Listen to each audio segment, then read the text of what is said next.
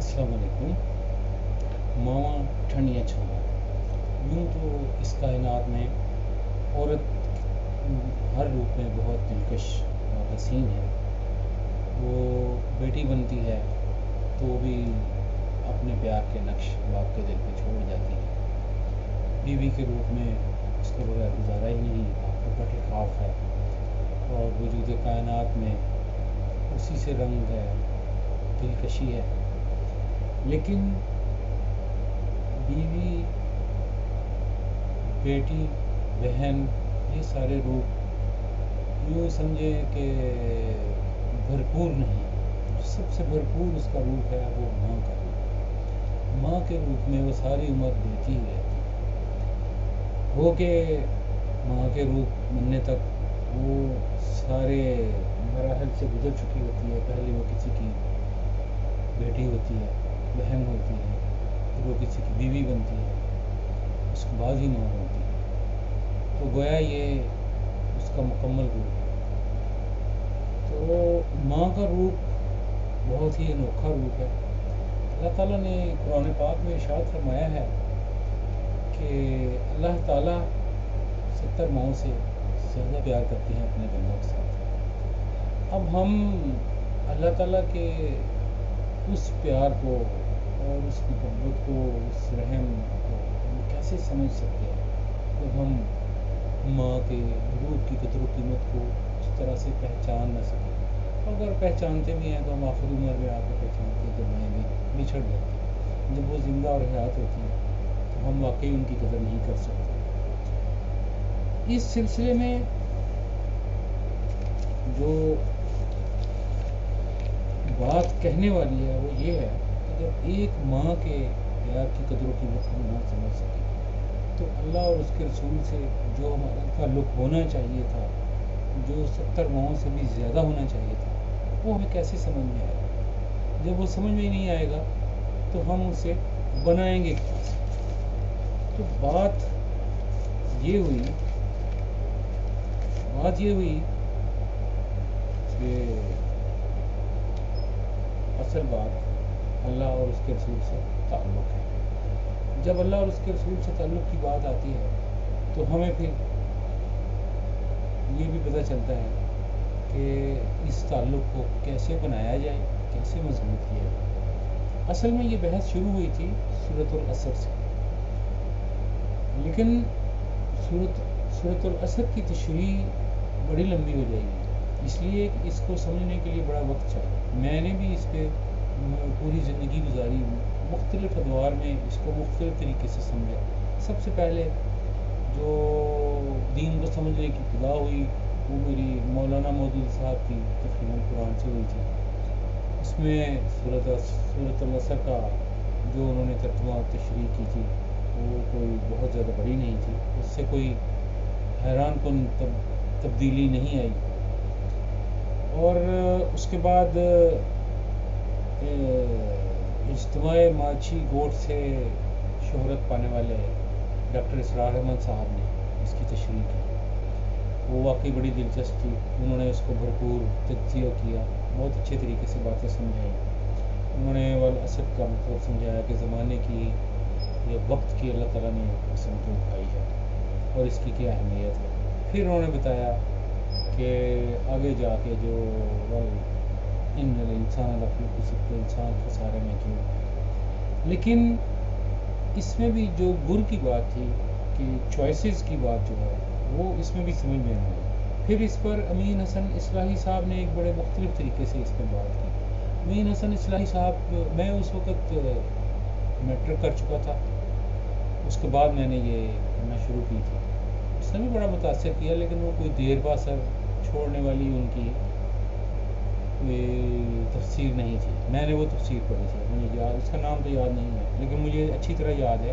سورۃ العصر اس میں اور کوثر، ان دونوں پہ بڑے اچھے طریقے سے بحث کی تھی۔ لیکن عصر حاضر میں ان میں سب سے اچھا جو بولنے والے دو بندے ہیں، ان میں ایک تو نعمان علی خان ہے، انہوں نے انگلش لیکچر دیے ہیں اس میں سورۃ العصر پہ، ان کی 4 قسطیں ہیں، بہت تفصیل سے بات کی ہے، بہت اچھے طریقے سے سمجھایا ہے، اور انہوں نے اس کا امپیکٹ بھی بہت چھوڑا ہے۔ انہوں نے یہ بھی بتایا ہے کہ یہ کوئی عام صورت نہیں ہے، یہ وہ صورت ہے جو آپ کی ساری زندگی سے اس کا تعلق ہے. تو یہ ان ساری چیزوں کے ہوتے ہوئے بند ہو گیا تھا.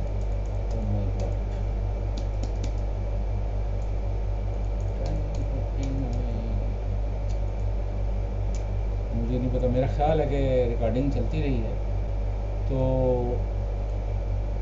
ہم جو ہے بعد میں دیکھیں گے اس کو نکالنے کا. تو بات ہو رہی تھی نعمان علی خان کی. نعمان علی خان نے کیونکہ وہ لیکچر انگلش میں دیا ہے، لیکن وہ بہت اچھی بات ہے. انہوں نے بتایا ہے کہ زمانے یا وقت کی جو اللہ تعالیٰ نے اس میں قسم کھائی ہے، حلف اٹھایا ہے، اس کی بھی 3 قسمیں ہیں. کوئی بھی بندہ جو قسم کھاتا ہے یا حلف اٹھاتا ہے اس کی 3 قسمیں ہوتی ہیں. اسی طریقے سے یہ حلف اٹھانے کا مقصد جو ہے اس کی بہت سی وجوہات ہوتی ہیں. یہ بڑے لمبے اور اچھے طریقے سے انہوں نے سمجھایا ہے.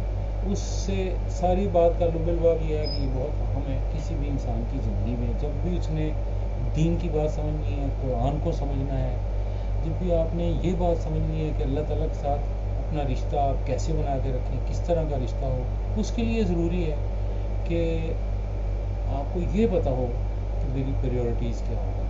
یہ بات جو ہے اس کو بڑے اچھے طریقے سے پروفیسر احمد رفیق اختر صاحب نے بیان کیا ہے. احمد رفیق اختر صاحب بہت پڑھے لکھے عالم اور دانشور ہیں. عصر حاضر کے علوم پر بڑی دسترس رکھتے ہیں. درس و تدریس بھی ان کا شوق ہے. باہر کے ممالک میں اور بڑی بڑی یونیورسٹیوں میں جا کے خطاب بھی کر چکے ہیں. ریسرچ میں بھی حصہ لیتے ہیں. وہاں جو علوم حاضر میں جو ممتاز شخصیات ہیں ان سے وہ بات کرتے ہیں، مکالمہ کرتے ہیں، ان کی بہت ساری باتوں کا جواب دیتے ہیں، نئی نسل کو سمجھاتے ہیں.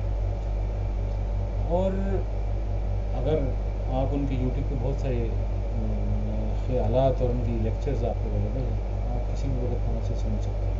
ماشاء اللہ سے بہت ہی اچھی باتیں بتاتے ہیں. آپ کیا ایگری کرنا ہے یا نہ ایگری کرنا ہے ایک علیحدہ بات ہے، لیکن یہ خالص ایک انٹلیکچوئل بحث ہوتی ہے. انٹلیکچوئل مائنڈ جو ہے وہ اس کو اٹریکٹ کرتے ہیں، لاجک سے بات کرتے ہیں، سمجھاتے ہیں، یہ بھی بتاتے ہیں کہ کہاں تک لاجک چاہیے، کہاں تک لاجک نہیں چاہیے. اسی موضوع پہ جب پروفیسر صاحب بات کرتے ہیں وہ یہ کہتے ہیں کہ لائف میں پریورٹیز ہوتی ہیں. وہ پریورٹیز جن کے بارے میں آپ کو ضرور سوچنا چاہیے. آپ جو چوائسیز آپ کے پاس ہوتی ہیں، جو آپشنز آپ کے پاس ہوتی ہیں، ان میں سے آپ نے کون سی چوائس کرنی ہے، یہ سب سے بڑی یہ بات ہے. جب آپ پریورٹائز کرتے ہیں اور اس میں آپ یہ چیز کو میک شیور کرتے ہیں کہ سب سے پہلی پریورٹی اللہ اور اس کا رسول ہونا چاہیے ہماری عام زندگی میں. جب ہم اس پہ بات کرتے ہیں تو یہ بڑا مسئلہ بڑا مشکل، بظاہر بڑا مشکل ہو جاتا ہے، کیونکہ پریورٹیز جو ہیں اس میں جب اللہ اور اس کے رسول کو آپ اپنائیں گے تو آپ حق بات کریں گے، سچی بات کریں گے. آپ جھوٹ بولنا بڑا مشکل ہو جائے گا. آپ کو بے شک رشوت دینی مشکل ہو جائے گی، اس کے لیے آپ کو کوئی یوزر کا ہی سہارا لینا پڑے گا. اسی طریقے سے آپ ڈر نہیں سکتے دنیا میں اللہ کے سوا. لا الہ الا اللہ جب ہم پڑھتے ہیں اس کا کیا مطلب ہے کہ لا الہ الا اللہ محمد رسول اللہ، الہ کہ اور کوئی خدا نہیں ہے.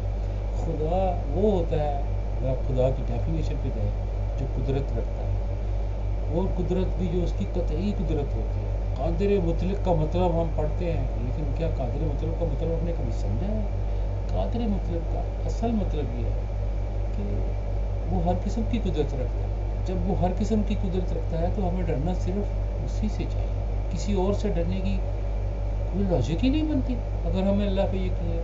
اور اللہ وہ جو ہمارا اللہ ہے، جو کہ قادر مطلق ہے، وہ 70 ماہ سے زیادہ پیار بھی کرتا ہے، لیکن اس کے قبضے میں ہر چیز ہے، کوئی چیز اس کے قبضے سے باہر نہیں ہے. تو پھر ہم کیوں کسی اور سے امید لگائیں؟ کسی اور سے کیسے امید لگا سکتے ہیں؟ یہ وہ پریورٹی ہے، سب سے بڑی پریورٹی ہے کہ آپ کوئی بھی کام کریں گے آپ کو سوچنا پڑے گا، کرنا پڑے گا. اس کے علاوہ ایمان نہیں بچا سکتے. ایمان بچانے کا ایک ہی طریقہ ہے کہ اس قادر مطلق کو نمبر 1 پریورٹی بنائیں زندگی میں ہم کسی اور کو پریارٹی نہیں دے سکتے. اصل سبق سورۃ العصر کا یہی ہے. پہلا حصہ اس میں یہ بتایا گیا ہے کہ اس کی اہمیت کیا ہے. اس کی اہمیت اسی بات سے روز روشن کی طرح یہاں ہونی چاہیے کہ زندگی میں ہر قدم پہ ہمیں مختلف آپشنز ہوں گے. آپ کے پاس آپشنز کی بھرمار ہوگی، لیکن آپ نے وہ آپشن چننی ہے جس سے اللہ اور اس کے رسول کے ساتھ آپ کا تعلق مزید بہتر ہو.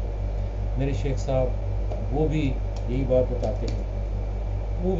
بتاتے ہیں اور انہوں نے یہ چیز صاف بتائی ہے کہ آپ جو ہے کوشش کریں، ہر طور پہ یہی کوشش ہونی چاہیے کہ اللہ اور اس کے رسول سے جو تعلق ہے وہ بہتر ہو. اگر آپ وہ تعلق بہتر نہیں بنا سکتے، اگر آپ سمجھتے ہیں کہ میں کامیابی دنیا میں کما لوں گا، تو دنیا میں کامیابی کے سب جگہ پہ ایک ہی لاجک ہے. آپ کے پاس اچھا مکان ہونا چاہیے، اچھی آمدنی ہونی چاہیے، آپ پڑھے لکھے لوگوں میں بیٹھنے اٹھنے کے قابل ہو، سوسائٹی میں اٹھنے بیٹھنے کے قابل ہو، لوگوں سے آپ کا تعلق ہونا چاہیے.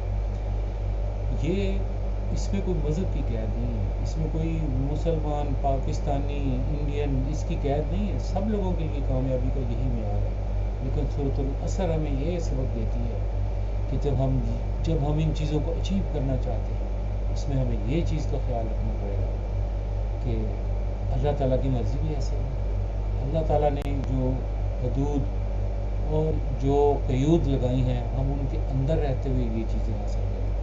وہ رستہ ہونا چاہیے کہ ہم یہ چیزیں بھی حاصل کریں، یہ کامیابی بھی حاصل کریں، لیکن اللہ تعالیٰ کی مرضی اور منشا جو اس نے ہمارے لیے بنائی ہے، جو اس نے اسٹریٹ پاتھ ہمارے لیے بنایا ہوا ہے، اس کے اوپر چلتے ہوئے ہم یہ چیزیں حاصل کریں. اگر ہم اس پاتھ سے ڈیویٹ ہو کے دوسری سائڈ پہ جا کے کہیں اور جا کے ہمیں یہ چیزیں ملتی ہیں تو وہ قابل قبول نہیں ہے. یہ ہے وہ پریارٹیز. نمبر 1 پریارٹی کا یہ مطلب ہے کہ اللہ اور اس کے رسول کے رستے سے ہمیں نکلنا نہیں ہے. وہاں سے ہم اس کو جا نہیں سکتے، ادھر ادھر نہیں ہو سکتے. اس رستے میں ہمیں جو کچھ مل سکتا ہے وہی ہمارے لیے بہترین ہے.